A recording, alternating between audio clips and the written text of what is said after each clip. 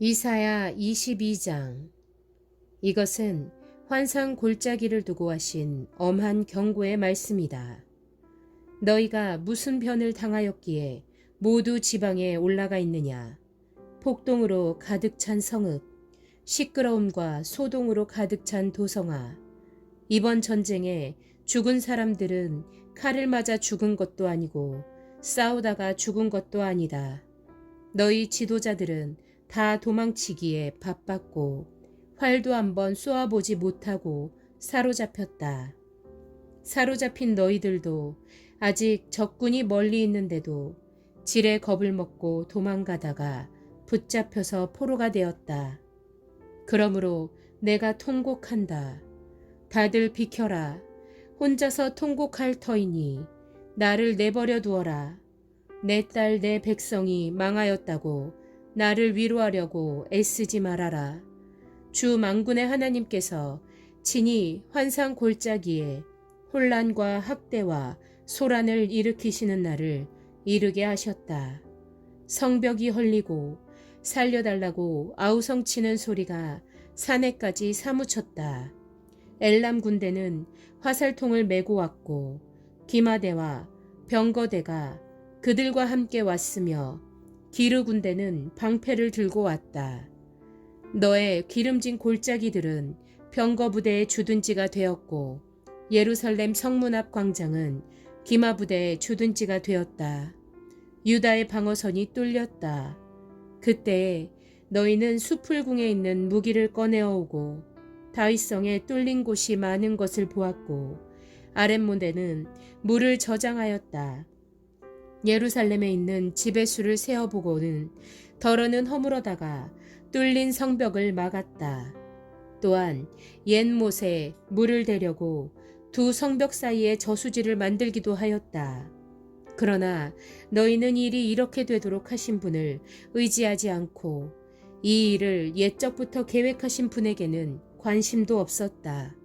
그날에 주 만군의 하나님께서 너희에게 통곡하고 슬피 울라고 하셨다. 머리털을 밀고 상복을 몸에 두르라고 하셨다. 그런데 너희가 어떻게 하였느냐?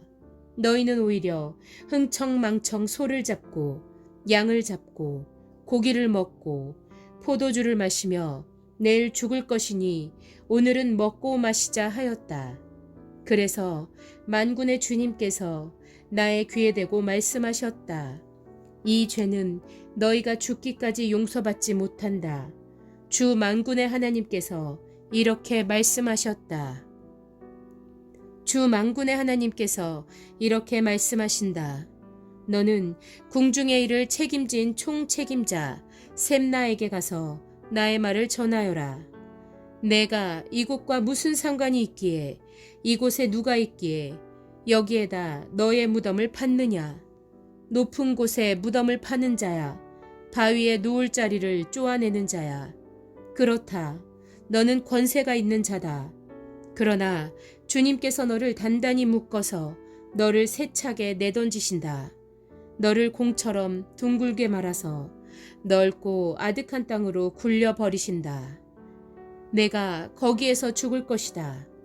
내가 자랑하던 그 화려한 병거들 옆에서 내가 죽을 것이다.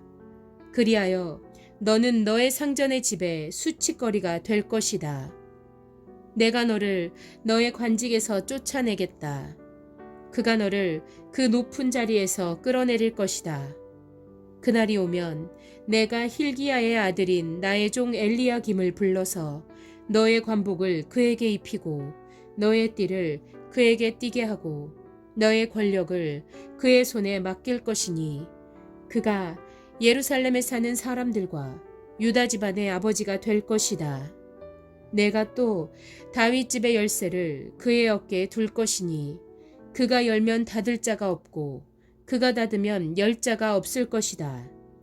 단단한 곳에 잘 박힌 목같이 내가 그를 견고하게 하겠으니 그가 가문의 영예를 빛낼 것이다.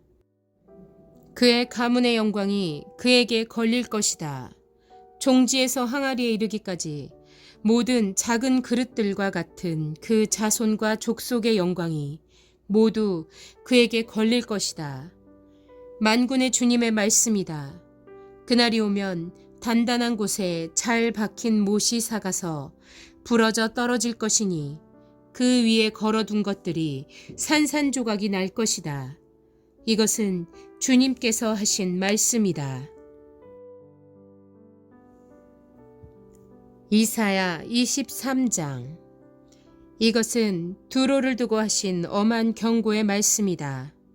다시스의 배들아, 너희는 슬피 울어라.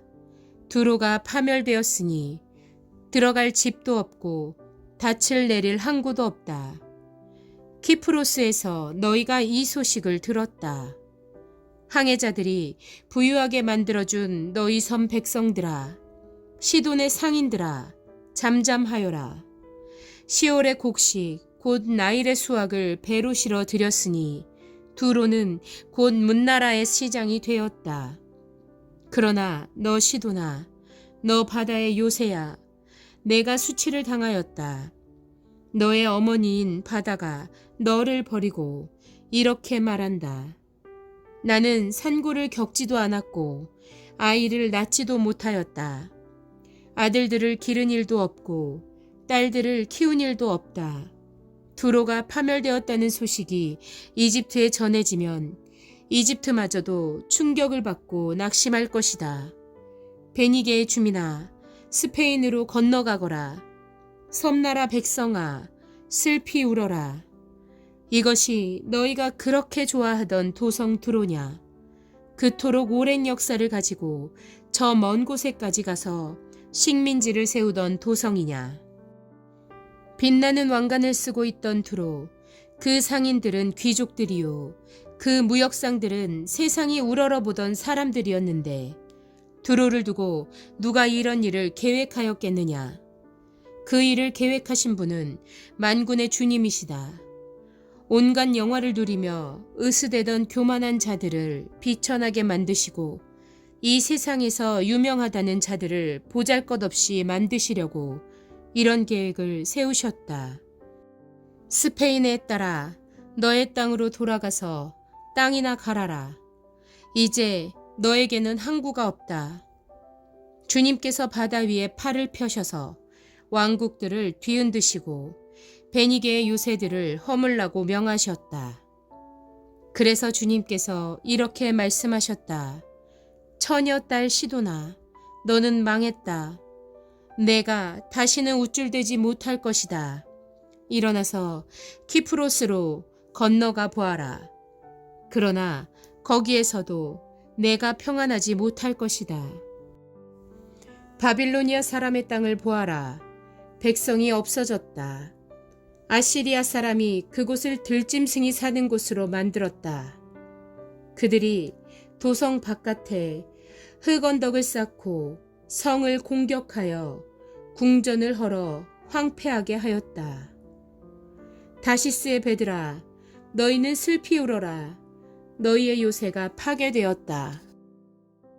그날이 오면 한 왕의 수명과 같은 70년 동안 두로가 잊혀지겠으나 70년이 지난 뒤에는 두로가 창녀의 노래에 나오는 주인공처럼 될 것이다.